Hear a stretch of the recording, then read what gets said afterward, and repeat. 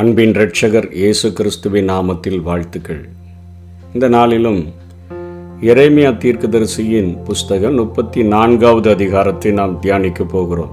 இந்த அதிகாரத்தில் கிட்டத்தட்ட கிமு 588 நேபுகாத்நேச்சாரும் அவனுடைய சர்வசேனையும் அவனுடைய ஆளுகைக்குட்பட்ட பூமியின் சகல ராஜ்யங்களும் சகல ஜனங்களும் எருசலேமுக்கும் அதை சேர்ந்த சகல பட்டணங்களுக்கும் விரோதமாக யுத்தம் பண்ணி கொண்டிருக்கையில் எரேமியாவுக்கு கர்த்தருடைய வார்த்தை உண்டாகிறது.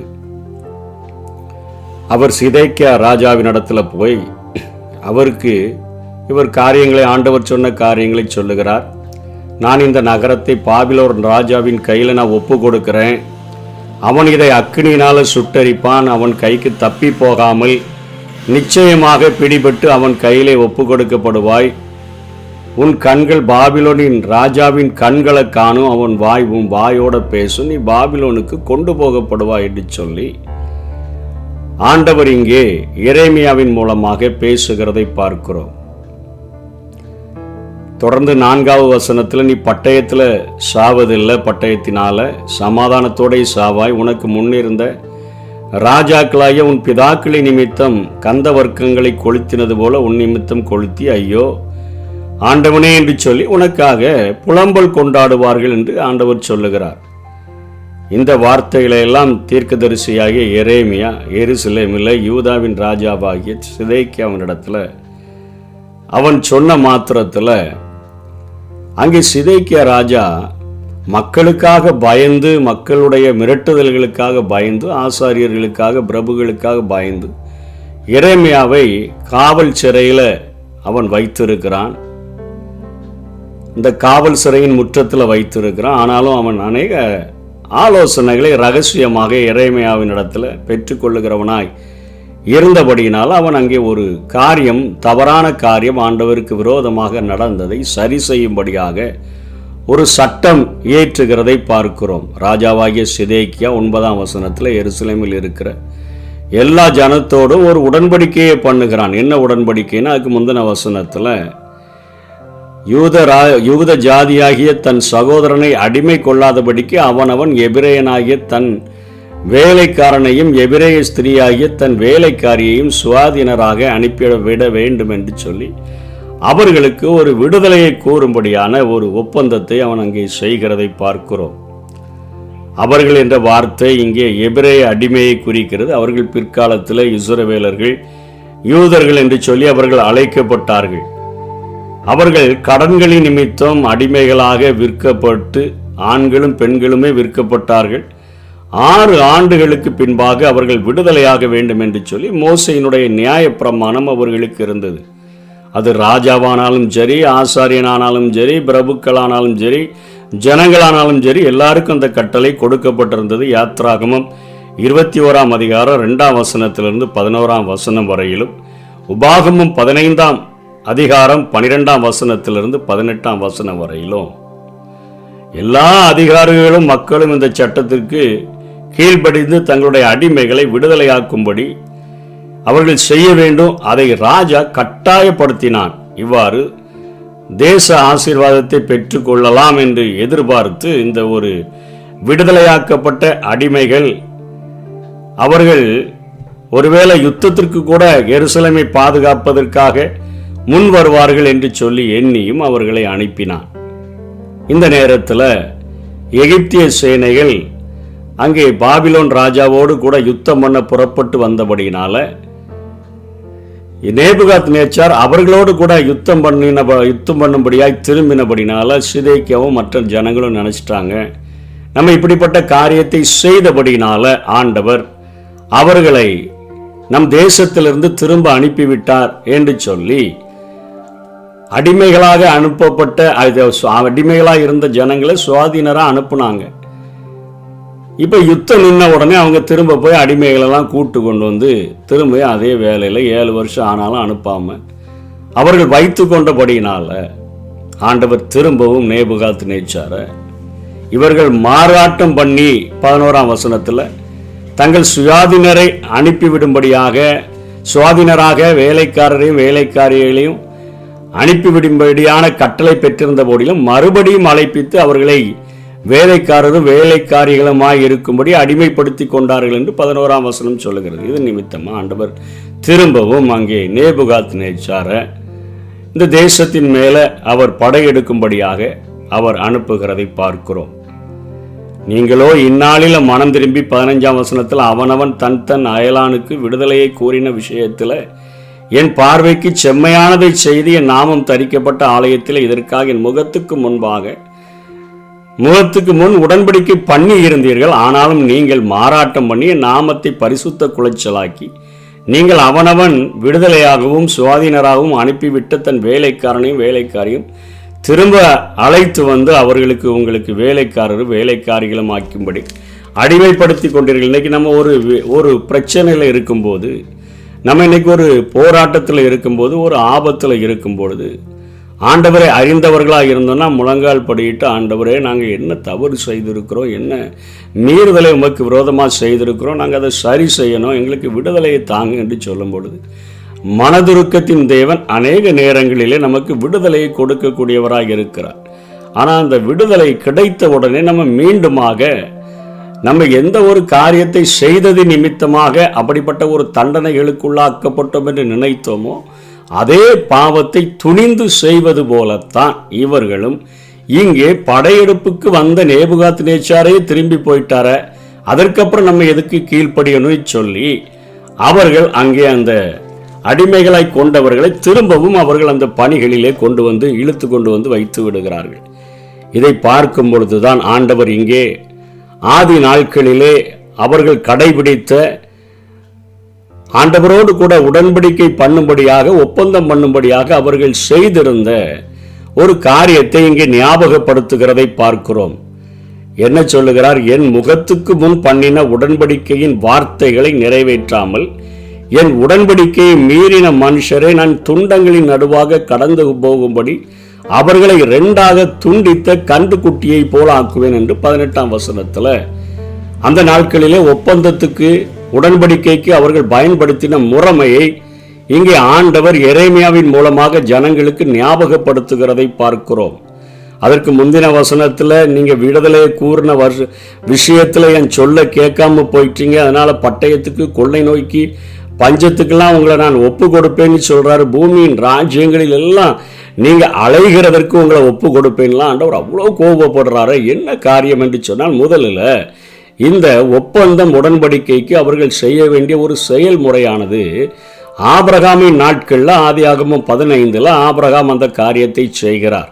ஆண்டவரோடு கூட ஒரு உடன்படிக்கை, தேவாதி தேவனோடு கூட ஒரு உடன்படிக்கையை ஏற்படுத்தும்படியாக அவர் அங்கே 15ஆம் அதிகாரத்தில் கன்றுக்குட்டிகளை, ஆட்டுக்குட்டிகளை, பறவைகளை மட்டும் துண்டிக்காமல் மீதி எல்லாரையும் சரிபாதியாக மீதி அவைகளை துண்டித்து வைத்து துண்டங்களின் நடுவிலே உடன்படிக்கை பண்ணுகிறவர்கள் நடந்து போக வேண்டும். ஆனால் அங்கே ஆண்டவர் மனிதனுக்கும் தேவனுக்கும் இடையே உள்ள உடன்படிக்கையில் ஆண்டவர் என்றைக்குமே மாறாதவராக இருக்க முடியும் என்கிறபடினால ஆபிரகாம நல்ல அருமையான ஒரு நித்திரையை வர வச்சுட்டு ஆண்டவர் அங்கே ஒரு புகைகிற சூளையாக, அக்கினி ஜுவாலையாக அந்த 2ஆக துண்டிக்கப்பட்டு ஒன்றுக்கொன்று எதிராக வைக்கப்பட்ட துண்டங்களின் நடுவிலே அவர் கடந்து போகிறார். என்ன ஆபிரகாமே, ஒருவேளை நீ கீழ்ப்படுகிற, நீ என்னுடைய உடன்படிக்கைக்கு இதோடு நடந்து வந்துட்டானா ஓகே, உன்னுடைய சந்ததிகள் இதை பின்பற்றாம போனாங்கன்னு சொன்னா, இங்கே சொல்றாரு என் முகத்துக்கு முன் பண்ணின உடன்படிக்கையின் வார்த்தைகளை நிறைவேற்றலன்னா துண்டங்களின் நடுவாக கடந்து போகும்படி அவர்களை 2ஆக துண்டித்த கன்றுக்குட்டியை போல ஆக்குவேன். அதாவது அர்த்தம் என்ன? இந்த 2 துண்டங்களாக துண்டிக்கப்பட்ட அந்த கன்றுக்குட்டியின் நடுவில் போகிறவங்கல்ல யாராவது ஒருத்தங்க அந்த உடன்படிக்கையை, அந்த ஒப்பந்தத்தை மீறினாங்கன்னா அவர்களுக்கு கிடைக்கக்கூடிய தண்டனை அவர்கள் இந்த கன்றுக்குட்டியை போல 2 துண்டாக்கி அவர்கள் சாக வேண்டும் என்கிற ஒரு முறைமையை அந்த நாட்களிலே வைத்திருந்தார்கள். ஆண்டவரே தன்னுடைய உடன்படிக்கையை, ஒப்பந்தத்தை ஆபிரகாமுக்கு இந்த முறையில் வெளிப்படுத்துகிறதை நாம் பார்க்கிறோம். அவர் மாத்திரம் அந்த துண்டங்களின் நடுவில் அக்கினி ஜுவாலையாக, ஒரு புகைகிற சூளையாக, தேவ பிரசன்னத்தை குறிக்கிற அந்த தேவன் அதன் வழியாக கடந்து போகிறார். ஆபிரகாமோ ஒரு அயர்ந்த நித்திரையில் இருக்கிறார். அவர்கிட்ட ஆண்டவர் ஒரு உடன்படிக்கை பண்ணினார். நீ நான் அழைக்கும் போது ஊர் என்கிற கல்தையர் தேசத்திலிருந்து நீ புறப்பட்டு வந்தபடினால இந்த தேசத்தை நான் உனக்கு தருவேன்ப்பா. அதுக்கு தான் ஆபிரகாம் கேட்கிறார், நான் எதனால அறிவேன் ஆண்டவரே. அந்த நேரத்தில் தான் இப்படிப்பட்ட செய்முறையானது அங்கே நடத்தப்படுகிறது. அப்போதான் ஆண்டவர் சொல்றார், உன்னுடைய சந்ததியார், ஆபிரகாமுக்கு குழந்தையே இல்லை, உன் சந்ததியார் 400 வருஷம் சேவிப்பார்கள், உன் சந்ததியை கடற்கரை மணலை போல வானத்தின் நட்சத்திரங்களை போலெல்லாம் நான் பெருக பண்ணிடுவேன்னு சொல்லி அவ்வளோ ஆசீர்வாதங்களை கொடுத்துட்டு ஆபிரகாமை செய்ய சொல்கிற ஒரே ஒரு காரியம் என்னென்னா, அவன் என்ன ஒரு ஒப்பந்தம் பண்ணணும்னா, தானும் தன்னுடைய குடும்பத்தில் பிறக்கிற ஆண்கள் எல்லாரும் விருத்த சேதனம் பண்ணணும். இது ஆண்டவருக்காக நாங்கள் பிரித்தெடுக்கப்பட்டவர்கள், ஆண்டவருக்கு சொந்தமானவர்கள் என்று சொல்லி ஒரே ஒரு கீழ்ப்படிதலை மாத்திரம் அவன் நிறைவேற்றினா போதும். மற்றபடி நான் உனக்கு வாக்கு பண்ணினேன், அந்த தேசத்தை நான் உங்கள் ஜனங்களை, உன்னுடைய சந்ததியார ஒரு குழந்தை கூட இல்லாமல் இருக்கிறான், நான் கொண்டு வந்து சேர்ப்பேன் என்று சொல்லி அவராகவே இறங்கி வந்து மனிதனை அவர் அங்கே தூங்க வைத்து அவர் அந்த துண்டங்களின் நடுவாக நடந்து, நான் நேற்று மீண்டும் என்று மாறாதவர் அல்லவா, வாக்கு அருளினா அதில் மாற்றம் என்னிடத்தில் இருக்காத, நான் பொய் சொல்லுகிறதற்கு ஒரு மனுஷன் இல்லையே, மனம் மாறுகிறதற்கு நான் ஒரு மனுப்புத்திரன் இல்லையே என்கிற காரியத்தை அங்கே நமக்கும் ஆபிரகாமுக்கும் உணர்த்துவிக்கும் வண்ணமாக இந்த ஒரு காரியத்தை செய்கிறதை பார்க்கிறோம். இது மனிதனுக்கும் தேவனுக்கும் இடையே நடந்த ஒரு உடன்படிக்கை. ஆனால் இவர்கள் அடிமை கொண்ட பொழுது அடிமைகளை இப்படி துண்டங்களை வெட்டி வைத்து கடனாளியாக வந்து சிக்கி கொண்டவங்க குடும்பத்துக்கு பணத்தெல்லாம் கொடுத்துட்டு அவங்கள அடிமையாய் வாங்கி கொண்டு இந்த கன்று குட்டியை ரெண்டாக வெட்டி அந்த துண்டங்களின் நடுவில் அந்த அடிமையை வாங்கின எஜமானும் அடிமையாய் விற்கப்பட்ட அந்த அடிமையும் அதன் வழியாக நடந்து செல்லணும். 6 வருஷம் அவங்க இருந்து தான் ஆகணும். 7ஆம் வருஷத்தில் விடுதலை ஆட்டோமேட்டிக்காக அவங்க அந்த நியாயப்பிரமாணத்தின்படி செய்யணும். அதுக்கு முன்னாடி இந்த எஜமான் ஏதாவது காரியத்தை செய்தாலோ அல்லது அந்த அடிமை ஏதாவது காரியத்தை செய்தாலோ இந்த கன்றுக்குட்டியை போல அவர்கள் 2ஆக துண்டாக ஆக்கப்பட வேண்டும். அதை நீ என்னோடு கூட பண்ணின உடன்படிக்கையில் நீ உனக்கு லகுவான காரியத்தை தந்திருக்கிறேன், கீழ்ப்படிஞ்சா போதும், நான் தான் அந்த துண்டங்களின் நடுவில் நான் நடந்து போயிருக்கிறேன், நீ நடந்திருந்தாலும் என்னைக்கோ துண்டிக்கப்பட வேண்டிய ஆள், ஆனால் இன்னைக்கு வரைக்கும் இந்த சந்ததி வரைக்கும் நான் உங்களை கொண்டு வந்திருக்கிறேன். ஆபிரகாமிலிருந்து எத்தனையோ ராஜாக்களை தாண்டி நான் இவ்வளவு நாள் வரையிலும் நான் சொன்ன அந்த வார்த்தையில் எவ்வளோ உண்மை உள்ளவராக இருந்து காத்து கொண்டேன்.